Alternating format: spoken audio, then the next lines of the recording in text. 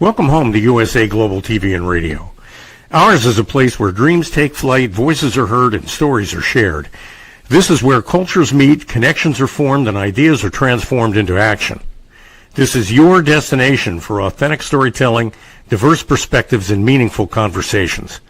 We're where global stories unite and bridges are built beyond all borders.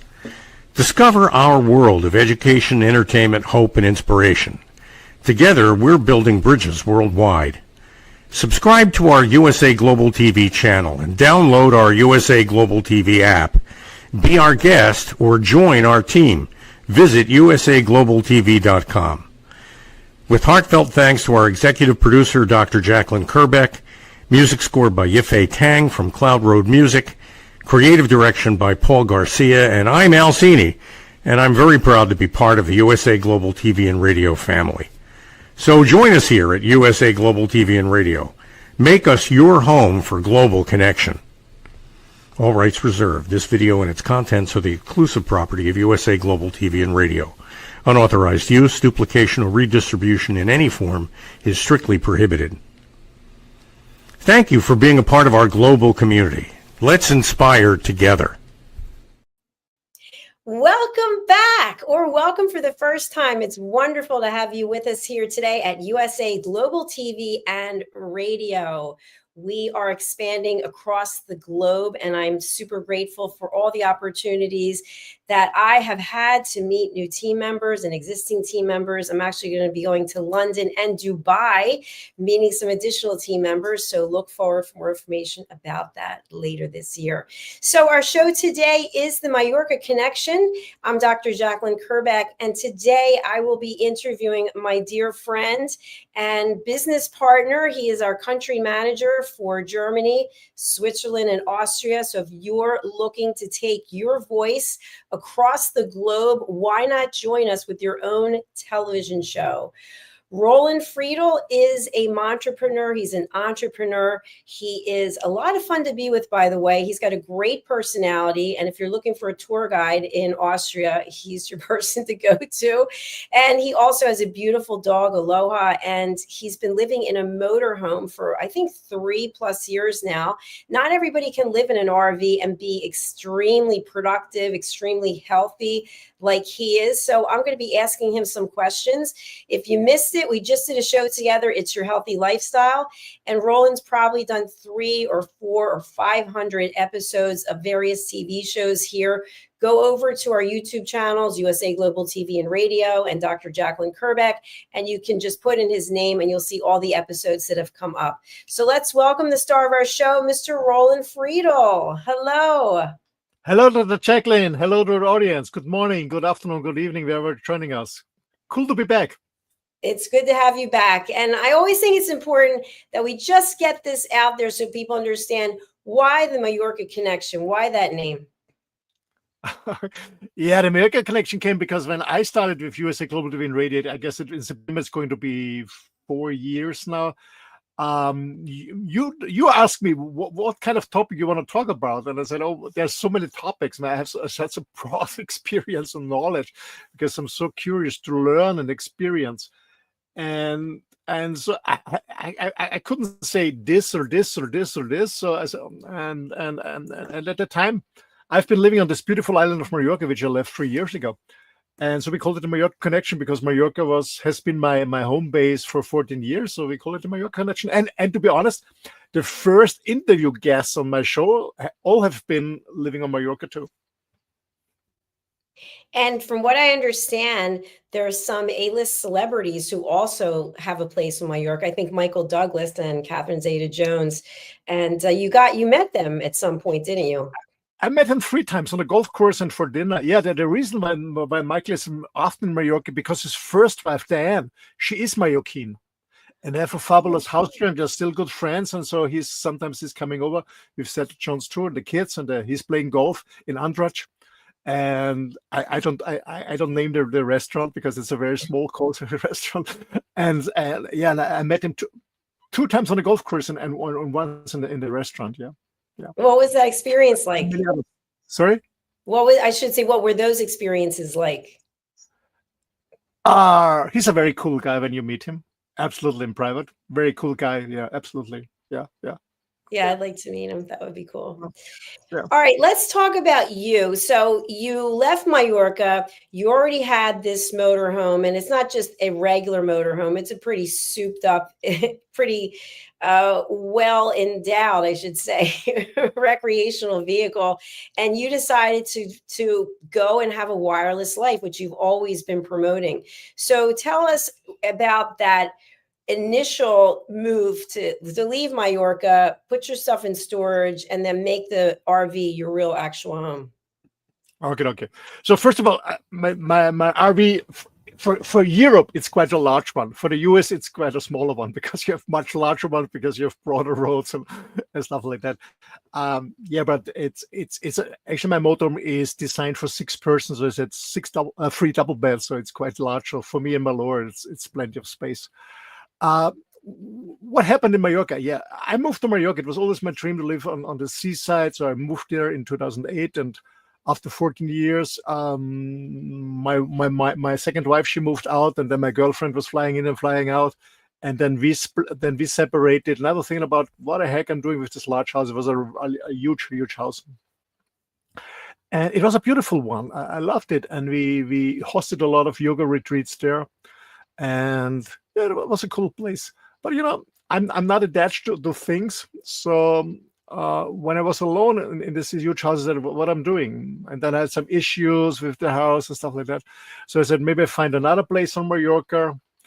Let's do this. And then I said, there's still my motorhome because I ordered it in 2017. I got it in 2018. So the motorhome was already there. I moved it. I used it for vacations, but I always left it in Austria at the dealer's shop there. So it was there over the winter, and I was flying in to Austria, and from there I went on vacation. So it was in Austria. So I said, it was always there. So there's this huge motorhome, and it was a kind of dream always to live full-time in a motorhome, at least for a year. And I was watching some YouTube videos from people who did it. And yeah, and in 2022, actually Christmas 2021, I decided I do something different. I'm not looking for a new house or for a different place. I moved into my motorhome for 1 year. I traveled down to Portugal because in my mind I was thinking about maybe I moved to Portugal. So I left Mallorca. I moved into my motorhome. I traveled to, first of all, I spent a few months in Austria with my family. Then I moved down to France, to Spain, and to Portugal, traveling around 7 months. And it was beautiful. Portugal, beautiful. Sorry, guys. Beautiful. Portugal is beautiful, but I decided, no, I'm not settling down here. Not only because of Portugal, it was because I enjoyed it so much to be on the road, to be free, to be totally independent and make my own choices and by myself. So yeah, that's how it started. And to be honest, in the beginning, I was very scared for 2 reasons. I'm very honest here. First of all, it was the first time in my life since my 15 years old. Since I'm 15 years old, I always have been until 56, 57. I've become 61 now. I've always been in long-term relationships, and it's the first time in my life that I've been single, and first time in my life that I had no house. So it was a little bit scary at the beginning, but it's everything in life. You try out something new, you step out of your comfort zone by doing one step, another step. I said, oh, it's not dangerous. It's not scary. Another step, oh, I love it. Another step, oh, it's great. I don't want to go back. So it's like everything in life. It's getting out of the comfort zone. And now it's over 3 years now already. Yeah. Yeah, I love that about you. And it's so interesting because you completely changed your life and you love what you're doing. And many people are too afraid to change anything in their life. And for me, I find that wherever I am, I find happiness. I find, I've done a lot of traveling and I'm happy wherever I am there. When I'm here, I'm happy. When I'm at the gym, I'm happy. I just find ways to show up and to love what I'm doing. And I know that you love what you're doing. And I know together what we're doing on this platform, we love as well. So I think that's what makes a big difference. Absolutely. Yeah, you have to know. And I think we always have to try out things, getting out of the comfort zone and trying out things. I guess we only regret things that we've never done. And a friend of mine, she was working with in a hospital with people who are going to pass away the next days. So she is supporting these persons, and she told me none of them ever said, "Oh, I regret I didn't work enough. Oh, I regret I didn't buy this." They always say, "Oh, I regret that I didn't go on this trip. I regret that I didn't have more time for my beloved ones, for my kids, for my friends, whatever." So that's what I found out too in my years. I've been very proud because I come from a lower middle class family. I was very proud about what I reached in life, about the success in business. I was very proud about all the material stuff, a large house or before a penthouse, luxury cars, sports cars, convertibles, whatever, motorbike, Rolexes, there's fancy stuff, fancy clothes, business class, first class flights, 5-star hotels and everything, fancy restaurants. I really enjoyed it, to be honest, because I didn't inherit the money. I was working for it hard. But after a while, I found out, is this everything in life? Does this really make me happy? And the other thing is, a friend of mine asked me a very tough question. He said, "Roland, who are you?" And I said, this. No. He said, "Roland, who are you? Not your profession, not your role, not your achievements, not your house, not your cars. Who are you?" This was a tough question. And the journey for me really began to find out who really am as a being without all this material stuff. Was when I started 3 years ago, moving in full-time in Momotom and giving away the house, the cars, everything, really everything. And it was a tough process. And by the way, if somebody is thinking about moving into motorhome, not forever, but maybe for a year or two, whatever, people always ask, what's the first step to do? First of all, plan it. Yeah, plan it a year, maybe two, plan it. But the first step ever, and that's the first tip and secret I'm giving, is get rid of stuff. That's the first thing. Get rid of stuff first.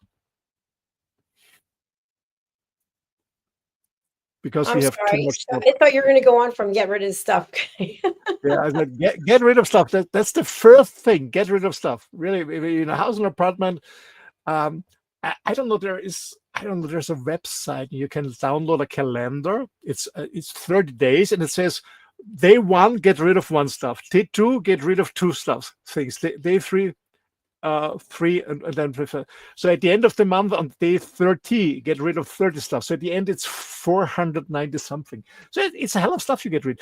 What I mean by clothes you don't wear anymore. Maybe books you don't read anymore.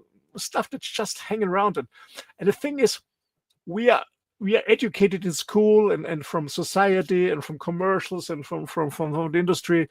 We are only a valuable person when we have things. So we are collecting things, material stuff. A lot of, and it's not about material. I still have material stuff. I like some motorhome. That's not the point. But we have too much. It's just too much. Yeah. I remember I had how you call this, I had a wardrobe. I had 50 suits. I had 200, how you call it, skirts? 200 shirts. I had 250, I will never forget this, silk ties. And I said, what the heck am I doing here? So I tried to get rid of it. Now I have still 1 suit. I still in my motor, because sometimes I see clients, I fly to my clients, or I drive with my motor on the clients. So of course I have a suit for business. Of course I have shirt, proper shoes, and everything. But just one, and four business shirts I have. And so it's less and less. It's not against material thing. It's just we collect too much stuff, and we are so scared to lose things. Yeah, I agree with you. I know myself. I think I've moved 27 times, and every time I have to purge. And of course, my mother had a home after she passed away, and it took me about 2 months to clear out 40 years worth of stuff, and that wasn't her only home. So it is amazing how much stuff we gather, and it feels so liberating to get rid of things. So going back to you and your RV. So the first thing is you're going to make a plan before you move into an RV, and that includes getting rid of stuff. So once you've streamlined how much you have, and by the way, how does a person figure out how much storage space there actually is? They have to actually go look for an RV and figure out what can they afford and where are they going to be traveling with it, and then how much space do they need? So can you share with us, how much space do you have in your current motorhome? Like, where would you have space? To be honest, much too much. The larger the motorhome, like the larger the house, the more stuff I have. I still have too much stuff with me, to be honest.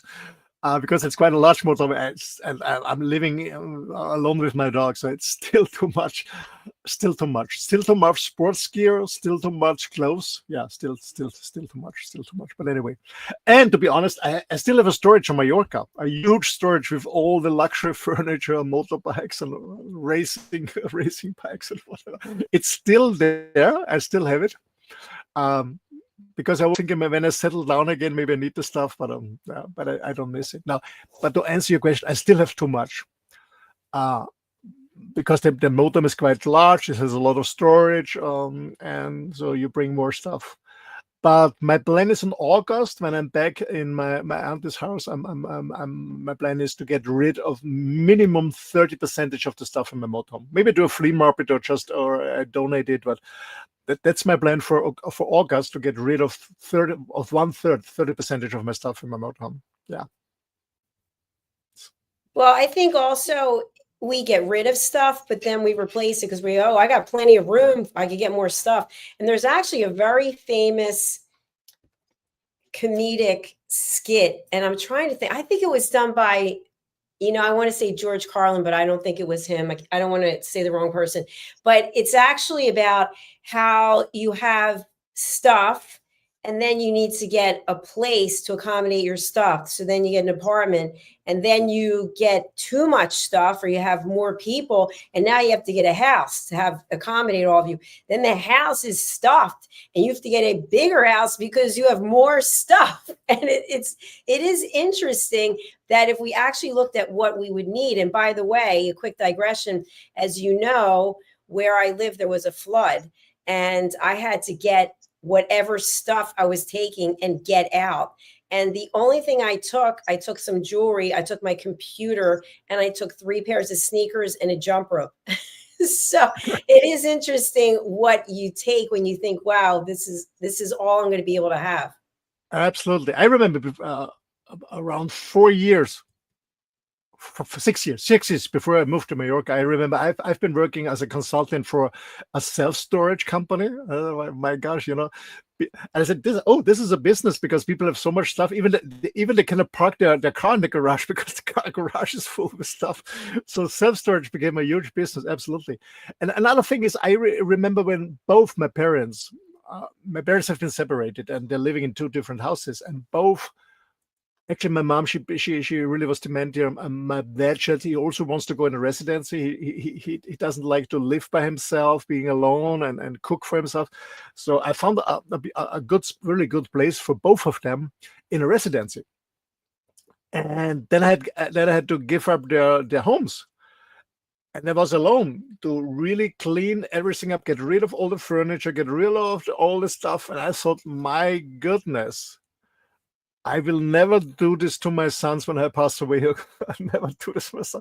It was a hell of work for days and days and days to get rid of all the furniture, of all the dishes, of all the clothes, and all the stuff. It was a hell of work. How much stuff my mom and my dad in 2 homes collected. And I said, no, I will never do this to my kids. Never, ever. No, I feel your pain.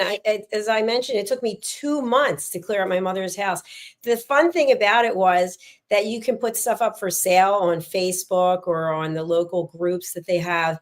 And I think that's fun to see how much people will pay. But of course, that's a lot of work. You have to take 10 pictures and give all the information. And but I did feel some sense of accomplishment when people would come and buy things, because it gives the things a new life. And I love to donate clothes. And, for example, you were mentioning about your ties. At one point, I think when I got divorced, I had 250 pairs of Manolo Blahnik shoes, all stuffed, bagged, boxed with pictures on the front. I mean, it's like insane. It's insane.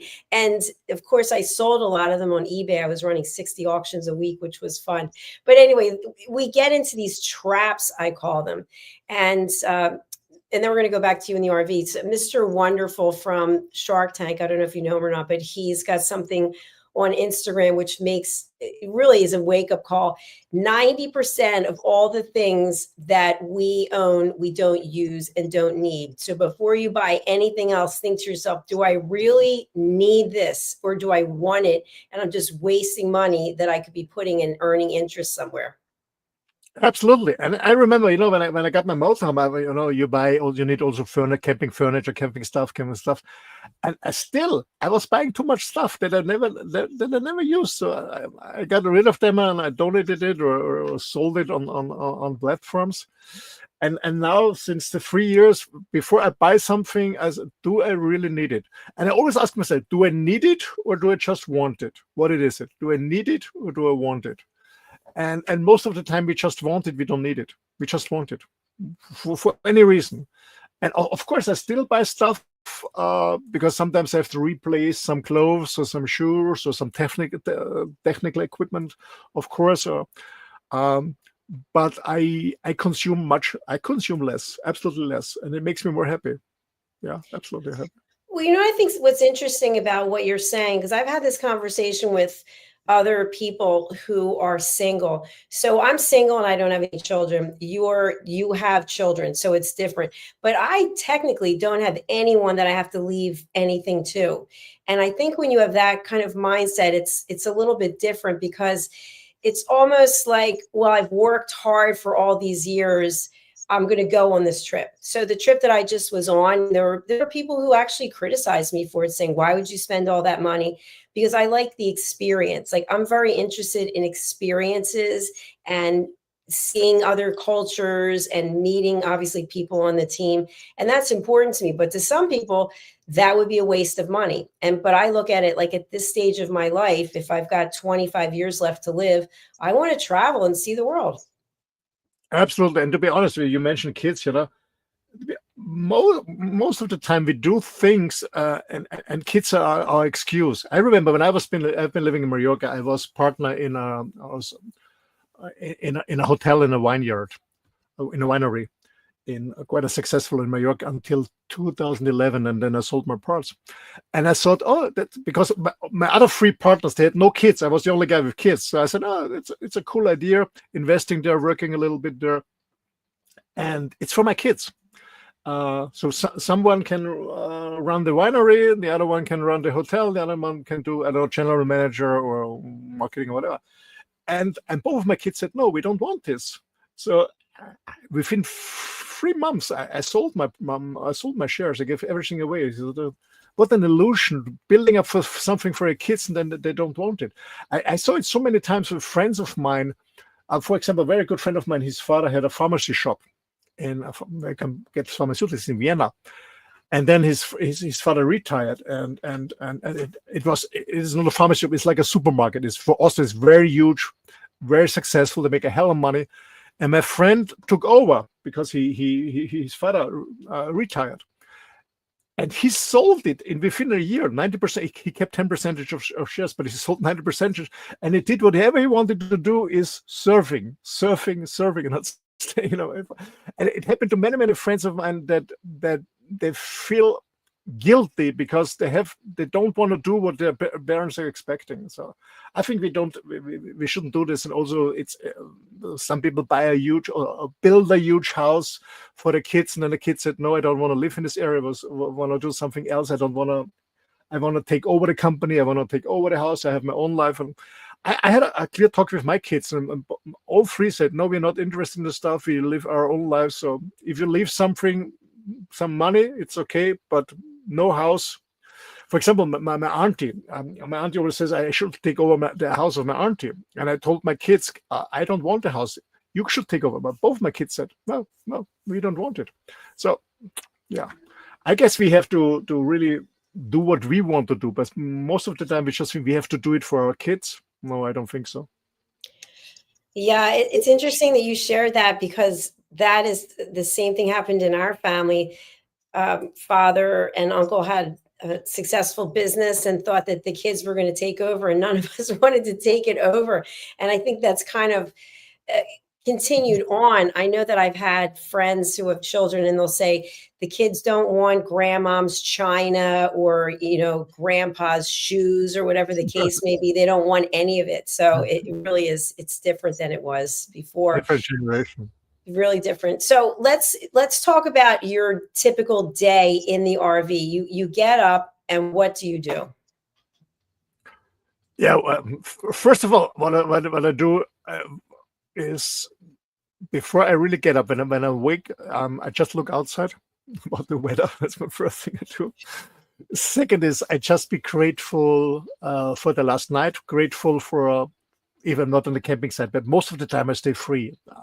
I'm very rare moments where I go on a camping site, so I stay somewhere free in nature. So first of all, I'm very grateful for having a silent night. I could get a good sleep. There was no noise. There was no robbery. So I was safe and good. Get a good sleep. So that's the first thing in the morning before I really get out of the bed is.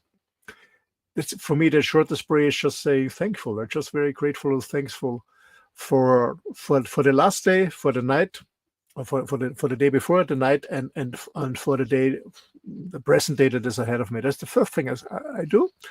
Second thing is, normally I put on my clothes and then I walk my dog, Aloha. That's the first thing. We go for a walk between half an hour and an hour, depending on the area. And depending when I start working, that's my morning routine. Getting up with the dog, then back to the motorhome, having a coffee. I have a coffee later just to enjoy it. I always say I don't drink coffee to wake up. I wake up to drink coffee because I love coffee. We met in Vienna, so I love coffee. So I have a coffee, enjoy my coffee. I check my emails, social media accounts, and then I'm working. Well, actually, it's in German. It's called Chancenplaner 2025. And then I have a look what is in my calendar. So this is every week. And it says, for example, Monday, why this day is a chance for me. And then I write down why is a chance for me. Second, what's the most important task of today? What I don't like today to do. And what I'm thankful for. And then I look at my calendar. I do have phone calls, Zoom calls, do a broadcast for USA Global TV and Radio, or whatever. So that's the first thing when I have my coffee, look at my calendar. I still use my smartphone as a calendar, of course, but I'm still old school. I love this because it every week gives me a nice overview about for example, what is my slogan, where is my focus, what is my mission, what are my goals, and stuff like that. So that's what I do in the morning. And so I get up with the sun mostly. So in summer quite early, between 5:30 when it's a nice day. When it's raining outside, maybe I'm still up, but I'm staying a little bit longer in bed. And then Aloha is forcing me to get out anyway. So that's my morning routine. Yeah. Having coffee and a lot of water, checking my stuff. That's my morning routine. It's a good routine. Why not? That's terrific. It is interesting what people do in the morning. I know I was getting up at 8, and now I've been getting up at 5:30. So I'm getting a lot done, but I feel that I'm always working on this platform. I can't wait to get to the computer so I can start doing things. It's kind of crazy. So I that's know when I'm communicating with you, and I maybe you're 6 hours behind me. I'm 6 days. I said, "Wow, she's still on. It's 2-3 in the morning." And I know, it's crazy. It's crazy. But I usually get about 8 hours of sleep, believe it or not. I think the last few nights, maybe 6.5. I'm not sure why, but yeah, but I feel great. So then you are working from your motorhome. Tell us about that. yeah, I'm working from a motorhome, so like broadcasting TV, producing podcasts, doing online coaching or online training for clients online. Or sometimes I travel to clients and see them in person in a hotel or on their venue. So I'm working during the day. Not this week. to be honest. I'm working in the afternoon this week because this week this week and next week I'm more like on vacation. So I do a lot of sports in the morning. Here I do every day. I go on a different venue. I do archery, so I'm shooting on 3D animals. That's what I do in the day before lunch. But normally I work, and around 11 noon I make a break, and then I have my first meal. I call it a breakfast because I'm breaking my fasting because I do 16 to 8 intermittent fasting. So I have a breakfast, or other people call it an early lunch, or between 11 and 12, something like that. I enjoy my lunch. After lunch, I do a short break with Laura. And sometimes I do a napping, to be honest. So I lay down for 15 or 20 minutes, depending on power napping.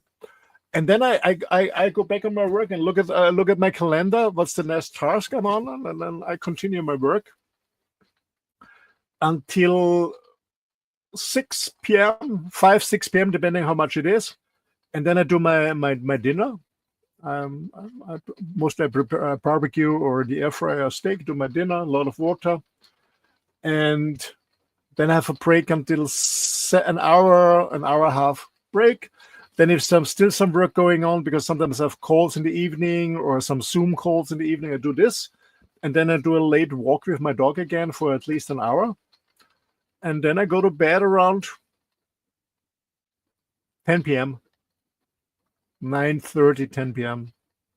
That's my thing. In between, I'm this is a normal working day. But sometimes, I work less because I'm driving. I'm moving from another spot to another. So I do driving, or I do cleaning. But to be honest, motorhome is not much cleaning. Or I do my laundry. So I also have some daily stuff like in a household, or organize food or stuff like that. But I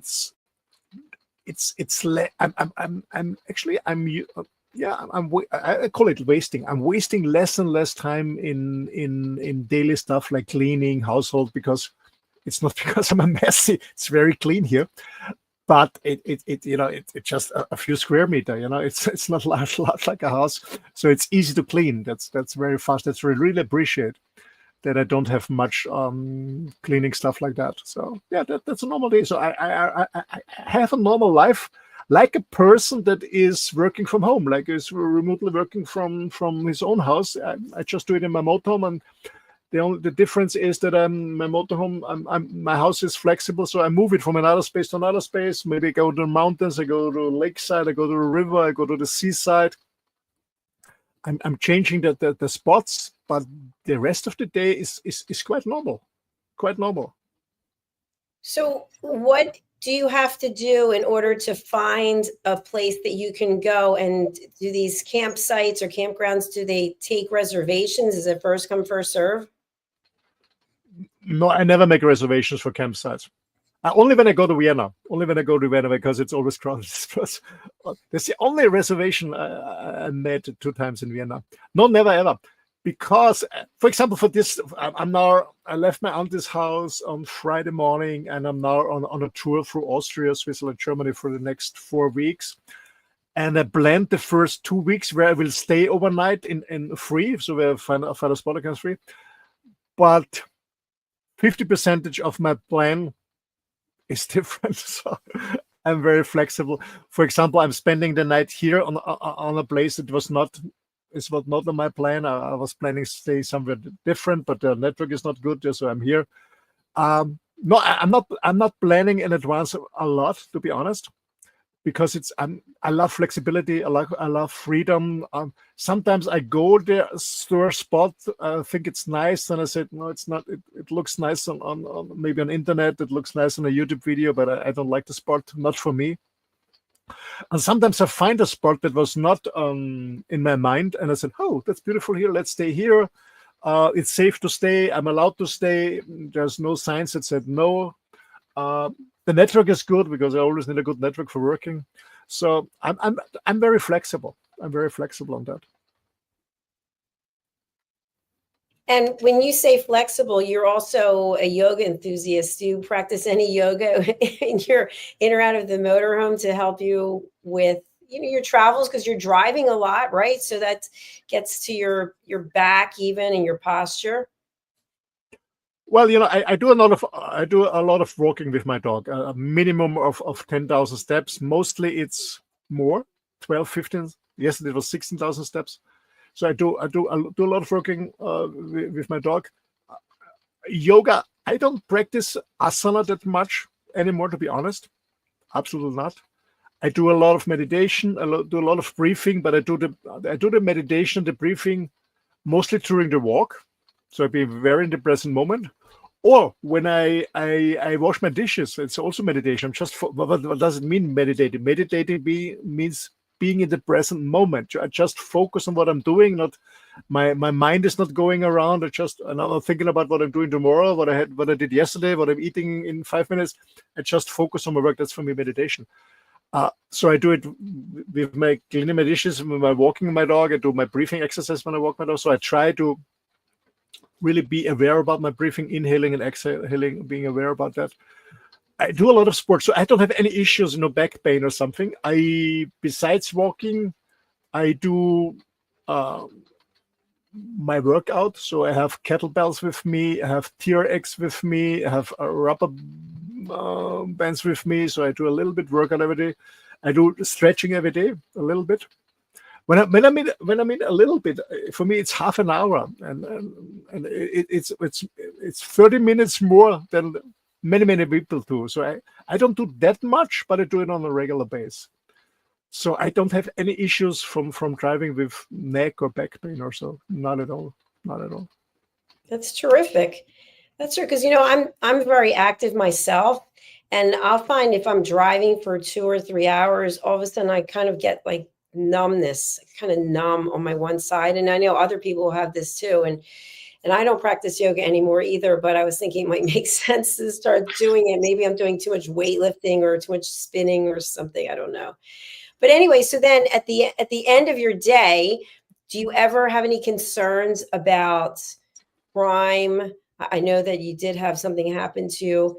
Do you feel just as safe in the motorhome as you did when you were in your actual home? Well, I feel safe in my motor, absolutely. And anyway, before it was Abayomi, my Ridgeback. Now it's Allura, this guarding dog with me, so they're absolutely protective. So I feel absolutely safe. I mean, it happened to me. I remember before we broadcasted a show. I guess it was 2 years ago, something like that. When I was in North Spain, somebody stole my Rolex from my arm. I guess half an hour before we did a show. Of course, there can always happen something, but I trust the process. Sometimes, not in Austria, but sometimes in France or in Spain, I park my motorhome for the night and then have just a feeling. I cannot explain it. It's a feeling it's not a good spot, and then I leave and find a different spot. But in general, I feel absolutely safe, and I feel more safe in nature than in a town, because nobody is looking for you somewhere in the forest nowhere to rob you. It's always happening close to towns, to large towns. It's always happening on a recreation space on the highway, and I avoid these places. So when I'm going to a town like in Vienna when we met. Or I go other towns for business, or I want to do some sightseeing, like in Barcelona, in Paris, or wherever. I go on a camping site where it's safe, and I take public transportation to go downtown. No, I feel safe, absolutely. Yeah, absolutely. Perfect. I'm glad to hear that. Well, we've actually come to the end of our show, and I'd love to have you share a little bit about what you're doing for people who are not aware. But as the country manager, can you talk a little bit about this? Yes, I'm very looking forward to, and thanks to trusting in me. Well, ladies and gentlemen, what happened is a few months ago I did some interviews in German language, because my interview guests felt more comfortable in their mother language in German, because in Austria, German, and Switzerland we speak German in different dialects, but we speak German. And so the idea came up, sorry, together with you, Dr. Jacalyn, to expand USA Global TV and Radio in different areas. And so I'm very happy to become like the country partner for the DACH region, the German-speaking countries in Europe, Germany, Austria, and Switzerland, and support people who want to run their own or host their own weekly show and USA Global TV and Radio and streaming show, and to get more presence or get a broader audience and share their wisdom, share their knowledge, share what they are doing. And I'm very excited about that. That USA Global TV and Radio is not only broadcasting in English, but in the future also in German. I know that they will come in Polish, maybe in France, and in French and other languages. So we go more global. And I guess the advantage for our interview guests is they can speak in the mother language to feel safe. And the other thing is that we give the opportunity to people also to host shows in their mother language and spread their knowledge and experience, as I said. Yeah, I'm very thrilled. I'm very looking forward. I get the best is yet to come. And if someone is just listening and wants to run his or her own German-speaking weekly show about whatever topic is, don't hesitate to contact me. Best is send me an email, and then we find a time on Calendly where we talk about what you're doing, what you want to do, what your plans are, what your commitment looks like. So send me an email at office@rolandfriedl.com. I will spell it for you guys. office@ROLANDFRIEDL.com. office@rolandfriedl.com. Send me an email. And I have to say something is also for beginners. If you have absolutely no experience in hosting a show, don't hesitate, man. For me, it was the same. It happened 4 years ago that a friend of mine asked me if I want to be a guest on his show. So I did it. And then Dr. Jacalyn Kerbeck contacted me if I want to run my own shows, and I said, yeah, why not? Because I always try new things that get out of my comfort zone. And I can only say it really was an amazing journey so far, and it will be more, because you learn a lot. It's an amazing community. I made some good friends. I learned a lot from my colleagues. I learned a lot from Dr. Jacalyn. I learned a lot good people. For example, Red. I just mentioned Red because I will bring my American book with Red together. So it's a huge opportunity for you, for personal growth, to show your face to a broader audience worldwide in your mother language. You can also share your wisdom, experience, show your work, and you learn on the other, and you participate in this amazing community, or what we call our global USA Global TV and Radio family. So don't hesitate to contact me. Thank you. Thank you, Roland. And I'd just like to add that you and others who've been with me, we've helped build this brand. So somebody coming on now doesn't have to do all the legwork that we did in the beginning. So now is a perfect time for people to join us. Absolutely. So thank you very much. We are going to sign off. Dr. Madeline Chan has her Talking Heads episode that's coming up right after this. Anything you want to share before we go? No, I can already tell people, especially for the German-speaking market, the best is yet to come, because it's something brand new in Europe. It's not very common in Europe, streaming TV. It's an amazing opportunity. And when you're the first, you learn a lot, and be there from the beginning. It will change your business. Absolutely. All right. Thank you, everyone. If you happen to be watching from our YouTube channels, please do subscribe. We'd love to have you get notified about all of our shows. Roland, I'll see you later. Enjoy your evening. And bye, everyone. We'll be right back with our next show. Bye-bye. USA Global TV and Radio proudly presents Tracy Cram-Perkins, a dementia caregiving survivor teaching how to balance care with peace of mind. #1 resource for dementia caregivers. It's the book, Dementia Home Care, How to Prepare Before, During, and After. Over 17,000 copies sold of this must-have guide. And now a testimonial from Tracy Smith. If I was to describe this book to someone who is going through a similar situation, I would underscore how important it is to have some sort of a tool or a guidebook to help you through certain stages. And there's so many, it's such an unknown topic to the average person. And to have this as a reference is essential. It's going to help you get through it personally, as well as help your loved one manage. To learn more, go to TracyCramPerkins.com. Tracy Cram Perkins is an award-winning author. She's also the host of Dementia Home Care television show. Watch it here on USA Global TV and Radio. In a world craving connection, one platform dared to dream bigger. USA Global TV and Radio, a beacon for global voices, authentic storytelling, and elevated listening. Led by visionary Dr. Jacalyn Kerbeck, the journey from a spark to a global force is now captured in one inspiring book. Honored with YouTube's Silver Creator Award for surpassing 100,000 subscribers, discover the evolution, the challenges, the triumphs, and the unstoppable spirit that created a global movement. Executive producer Dr. Jacalyn Kerbeck. Music score by Yeffy Tang. Creative director Paul Garcia. This video and its contents are the exclusive property of USA Global TV and Radio. Unauthorized use, duplication, or redistribution in any form is strictly prohibited. Now an Amazon #1 new release in paperback and ebook. Broadcasting brilliance, the evolution of USA Global TV and Radio is inspiring readers around the world. Join the movement that's redefining global media one story at a time. USA Global TV and Radio, in partnership with Dr. Jacalyn LLC, present Amazon #1 best-selling author Dr. Jacalyn Kerbeck. Dr. Jacalyn Kerbeck is a certified life, career, and executive coach who teaches people how to listen at an elevated level through her courses and her books. Dr. Kerbeck teaches her clients how to open their hearts and express themselves through their creative genius.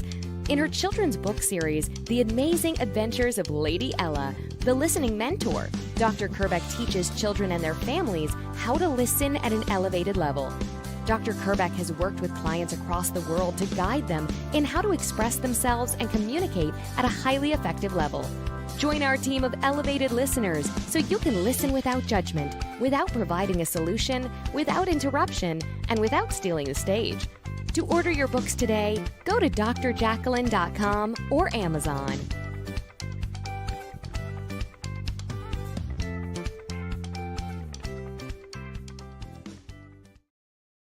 Get ready to wear the brand that's changing the world of media. Introducing the official USA Global TV and Radio online store. From our TV show hosts to our incredible global guests, you asked, we delivered. Rep your appearance with pride. Whether you've been on air, hosted a show, or tuned in, we have something just for you. Visit us at usaglobaltvradioshoп.myspreadshop.com and start shopping today. Check back frequently. We're dropping fresh new designs all the time. Showcase your role in our global community. These designs celebrate your voice, your story, your presence. It's more than just merchandise. It's a movement of hope, inspiration, education, and elevated listening. Head to usaglobaltvradioshoп.myspreadshop.com. Your spotlight awaits. USA Global TV and Radio. Elevate your style. Elevate the world. From the magical world of The Amazing Adventures of Lady Ella comes a heartwarming new journey filled with kindness, courage, and compassion. Lady Ella, the beloved ladybug and listening mentor, is back, and this time she is not alone. Meet her brave and thoughtful brother, Lord Jack. Together, they take flight on their very first kindness adventure. Along the way, they meet 3 new friends in need: a duck feeling discouraged, a mouse struggling to be understood, and a busy little bee who's completely lost. But with the power of elevated listening and simple acts of kindness, Lady Ella and Lord Jack show us how understanding and empathy can make the biggest difference in someone's day. Written by Dr. Jacalyn Kerbeck, the listening mentor, this 9th book in the best-selling Lady Ella series teaches children ages 5 to 10 the essential skills of listening, kindness, and etiquette. Now available for pre-order on Amazon. Scan the QR code and order your copy today.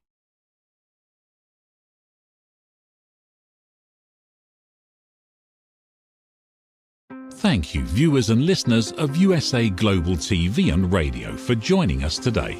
We're honoured to have your time and attention as part of our global community. At USA Global TV and Radio, we believe in the power of authentic conversations, meaningful connections, and creating a world of possibilities together. Want to be part of something bigger? Join our team of elevated listeners at usaglobaltv.com, a space where your voice matters and your ability to listen transforms relationships.